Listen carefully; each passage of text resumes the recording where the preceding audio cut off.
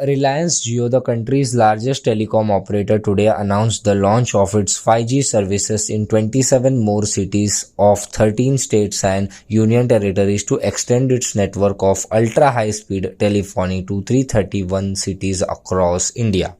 Jio True 5G is now available in 27 additional cities in states like Andhra Pradesh, Chhattisgarh, Jammu and Kashmir, Karnataka, Kerala, Madhya Pradesh, Maharashtra, Punjab, Tamil Nadu, Telangana, Uttar Pradesh, Uttarakhand, and West Bengal, the company said in a statement. Starting March 8, 2023, Jio users in these 27 cities will be invited to the Jio Welcome offer to experience unlimited data at up to 1 Gbps speed at no additional cost, it said. Former Maharashtra Chief Minister Uddhav Thackeray on Wednesday said that he did not dream of becoming the Prime Minister in 2024. This comes after Shiv Sena UBT leader Sanjay Raut had earlier said that Uddhav Thackeray was fighting the BJP in Maharashtra and that he could be seen as the face of the opposition for the Prime Minister's post.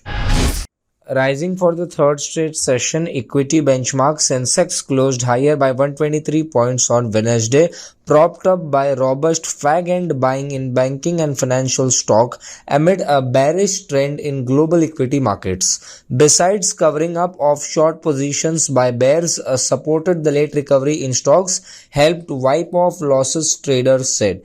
However, a weak rupee against major rivals overseas weighed on market sentiment and restricted gains, they added. The Delhi Prisons Department today thrashed the Aam Aadmi Party's allegations of a plot to murder its senior leader Manish Sisodia in Tihar jail.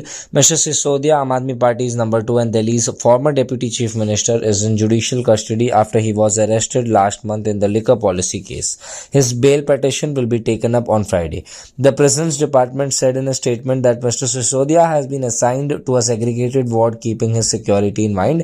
The ward of CJ1, where he is lodged, has minimum number of inmates who are not gangsters and are maintaining good conduct inside the jail, the Prisons Department said, responding to Aam Aadmi Party's allegations that Mr. Sisodia has been lodged with dangerous and violent prisoners. A separate cell makes it possible for him to meditate or do such other activities without any disturbance. All the arrangements as per jail rules are in place to ensure his safety and security. Any aspersions cast about his lodging is unfounded, the department added. The Prisons Department's reply came after Aam Aadmi Party leaders alleged that Mr. Sisodia has been lodged with the country's most dangerous criminals who face dozens of murder cases and can kill anyone.